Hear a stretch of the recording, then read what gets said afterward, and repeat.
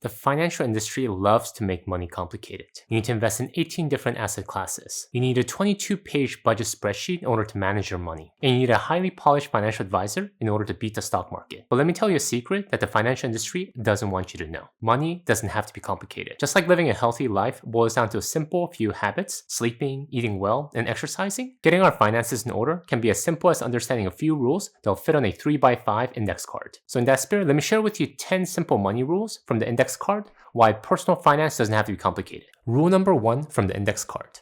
Strive to save 10 to 20% of your income.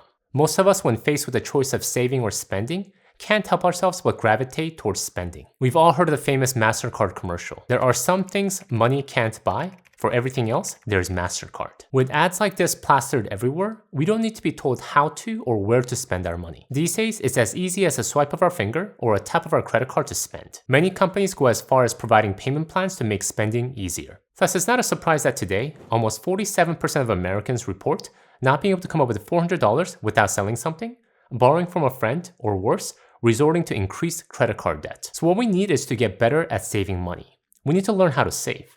So how to do this well? Let me share with you a few of my favorite tactics. 1. Monitor your spending. Get a good grasp of where your money is going every single month. You can use pen and paper, a Google Sheet, or my favorite, use an account aggregator. There are many free or paid personal finance apps that will automatically aggregate all your spending for you in one place. This way you can see all your spending by different categories in real time. 2. Once you're able to see where your money is going every month, aim to refine your spending over time. If you're noticing that you're spending on Amazon more than you like, aim to cut this little by little every month. 3. Automate your savings. Set aside a specific amount each month to be transferred from your checking account into your savings account. Remove the temptation to spend by letting the system do the heavy lifting for you. And 4, lastly, don't be so hard on yourself. If saving is not something you're used to, start small. Even $1 saved, one step forward is something to be celebrated. It's better to save 1% consistently than try to fail over and over again to save 10 to 20%. Rule number 2 from the index card. Why personal finance doesn't have to be complicated. Pay your credit card balance in full every month. Debt in general is dangerous, but high interest debt like credit card debt can be detrimental if not managed well. And one of the cardinal rules to managing credit card well is to make sure you're paying the balance in full every single month. In the US, the average credit card debt per household is approximately $8,000. But what is worse is not the amount, but the fact that almost half the people fail to pay off their credit card bill in full every month. And when credit card debt piles up and compounds, the interest alone could end up being more than the initial debt itself. Do not get yourself in that situation. Here are a few tips to manage our credit cards better. 1, if you're really having a problem, stop using them. Lock them up in your drawer, or if you want to take it to the extreme, cut them up. Remember, you can always order new ones once you have your debt under better control. When my wife and I were in our student debt paydown phase, in order to manage our spending better, we actually followed the cash-only envelope system for a few years. We would set aside an envelope for groceries, for eating out, and for personal spending. Then we would fill them up with cash at the beginning of the month, and when we ran out of cash, that was it. We had no more money we could spend. 2, automate your credit card bill payment so the full amount is paid every single month. Do not leave this to chance or willpower. You will forget, or you'll justify not paying the full amount for whatever reason. Again, let the system do the hard work for you so you can focus on more important things in life. Bottom line, if we don't get our credit card spending and debt under control, it'll be extremely hard to make headway in our lives. Rule number 3 from the index card. Max out your 401k and other tax advantage savings accounts. Put as much money as possible into your tax advantage retirement accounts. Your future you will never regret having saved too much money. On the contrary, we'll always wish we saved more. And when you invest in tax advantage accounts like your 401k, IRA, and HSAs, you're able to save more because you're saving money in taxes. There's a lot of tax advantage accounts, so here's a general framework to help you think about the ideal order of investment. 1, start out with your employer 401k match. This could be 3%, 5%, or in some places I've seen even 8%. At minimum, invest enough in your 401k in order to get the full match. Even if the stock market is not doing well, you'll get an instant return on your investment when you invest at least up to the match. You invest 4% of your income, and your company matches you dollar for dollar under 4%. 100% return instantly. Trust me, you will not find a better return on your investment anywhere. 2, once you've invested up to your 401k match, look to max out your Roth IRA. The Roth IRA contribution limit for 2024 is $7,000. With a traditional 401k, you get a tax deduction up front, but you have to pay taxes when you pull your money out. So it's good to diversify your tax risk by having some money in a Roth IRA account. With a Roth IRA, contributions are made on an after-tax basis, but any growth and withdrawals are tax-free. So while you need to pay taxes up front, once the money makes it into this account, you'll never need to pay taxes on it ever again. Third, after you max out your Roth IRA, go back to your 401k and max that out. In 2024, the contribution limit for anybody under the age of 50 is $23,000. 401k is one of the most simplest and effective ways to lower your taxable income and to put more money into the market. Now, you don't have to follow the exact order I listed here, but it provides a good framework. And if you have access to other tax advantage accounts like 457, HSA, and 529, make sure to take full advantage of them as well. What matters is not the order, but the fact that you're taking advantage of all the tax advantage accounts available to you. But before I get to the next rule, I want to take a minute to talk about our phone bills and Mint Mobile, who I'm partnering with for today's video. When you look at your wireless phone bill, have you ever thought, why in the world is it so high? What am I paying all that money for? Speed, coverage, data, access to 5G, unlimited talk and text? What if I was to tell you Mint Mobile offers all these features as low as $15 a month? They're built on the nation's largest 5G network and are able to keep costs low because their business model is based on direct online selling. They cut out unnecessary retail stores and salespeople, and thus they're able to pass those savings to you, the customer. Why would you need to pay more than you have to access the same network? And switching to Mint Mobile is super easy. Thanks to digital SIM cards, you can sign up and activate immediately from your home. If your phone doesn't have an eSIM card, Mint will ship you a new one for free. And right now, Mint Mobile is running a special promotion where any new customers can get any 3-month plan for $15 a month. That's 50% off the unlimited plan, which is normally $30 a month. So if you want to start saving money on your phone bill today, use my special link or scan my QR code. All right, now that you have your phone bills dialed in, let's get back to the video. Rule number 4 from the index card.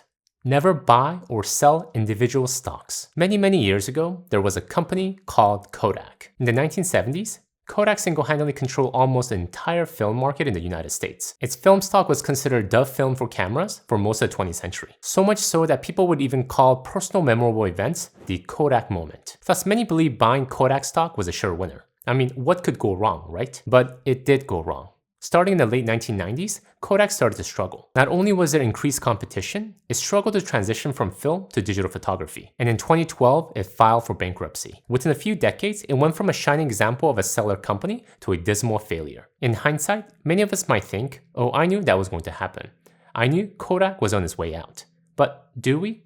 How many of us can confidently say that? The truth is that no one knows a stock's future. Many so-called professionals might say they do know. They study these companies inside out. They review their financials, and they have a good understanding of macroeconomics. So they know the winners from the losers. But if you think about it, there are just so many variables. Many variables that are outside of our control that can affect a company's performance. The company may have an amazing product and a great management team. However, what if a geopolitical event throws the whole production process out the door? Or vice versa. A company has a pretty crappy product and a mediocre management team, but they're profitable because they happen to be in an industry with minimal competition. So be very wary when you hear people talking about how they can pick winning stocks. The financial industry loves to spread the toxic message that playing the stock is easy and fun.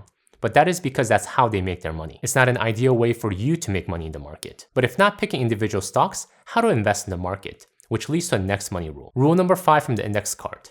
Buy inexpensive, well-diversified index mutual funds and exchange-traded funds. Instead of trying to beat the street, we would all be better off just trying to keep up with it. Warren Buffett is considered one of the best-known investors in the world. With a net worth of over $100 billion, he has surely earned that title. So many of us might assume that he would be the biggest advocate for stock picking, right? I mean, that's how he made his billions, so others should do the same. Ironically, in his 2013 letter to Berkshire Hathaway shareholders, this is what he said of his will. My advice to the trustee could not be more simple. Put 10% of cash in short-term government bonds and 90% in a very low-cost S&P 500 index fund. Yes, the ultimate stock picker recommends investing in a simple, low-cost, well-diversified index fund, specifically the Vanguard S&P 500 index fund. Because Warren knows, after 7 decades of investing in a broad market index fund for a long period of time is the magic investing formula for most people. For one, a S&P 500 index fund doesn't try to beat the market. It just follows the market, thus able to reap the benefit of the overall stock market growth with minimal trading within the fund. 2, because there's less trading and no highly paid active fund manager,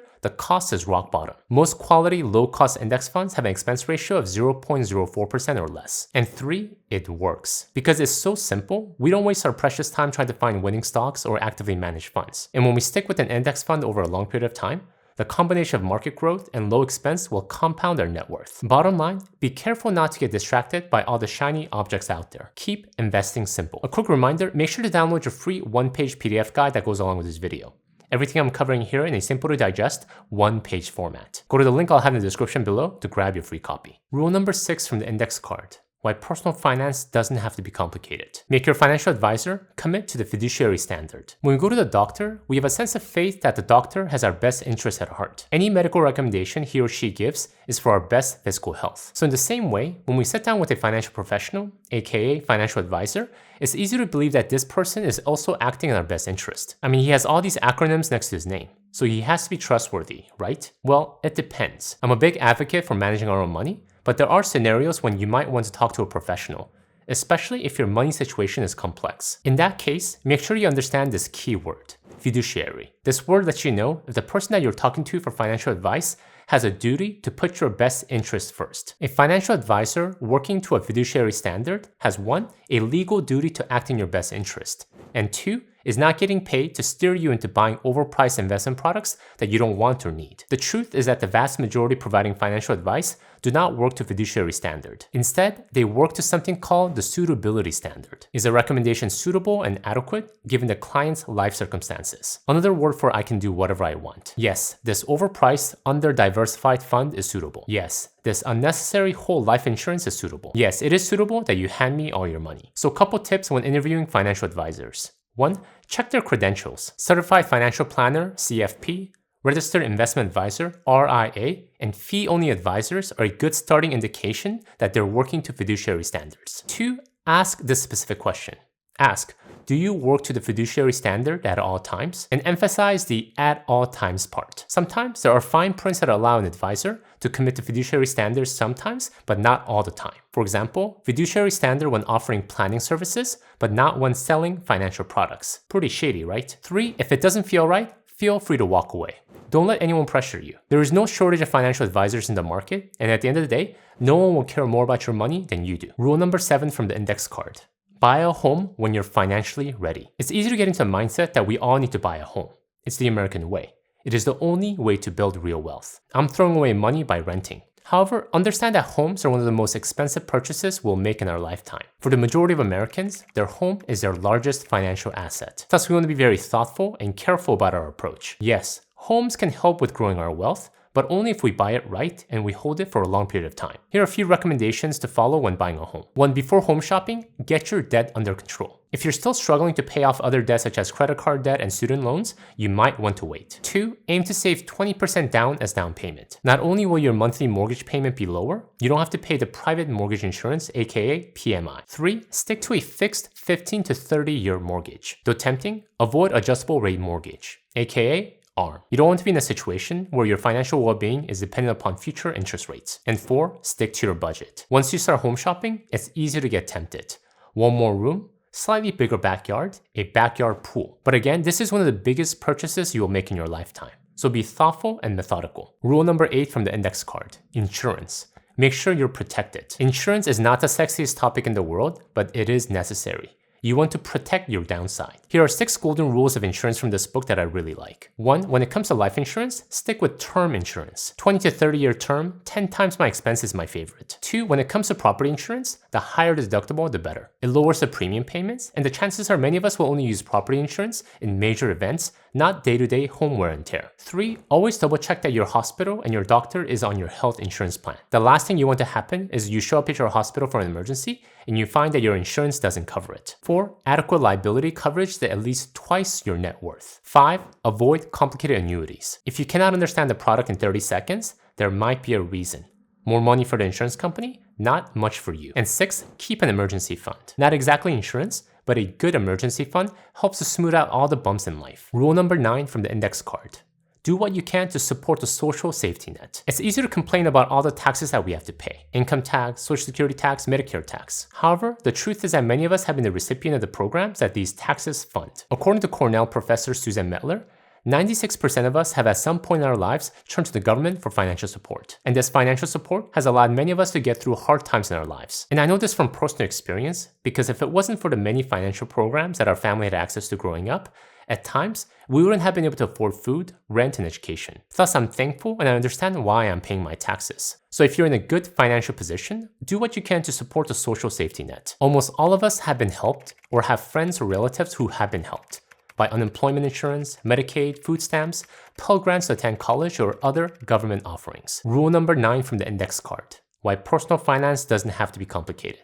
Final but simple: remember the index card. Again, the financial industry loves to overcomplicate money because that's how they make their money. But money doesn't have to be complicated. It can be as simple as all the lessons that can fit on a single 3x5 index card. So remember that. Thank you guys for watching. In the line of simplicity, if you want to know why I believe simplicity is the ultimate sophistication, please check out my video here. Until next time, all the best.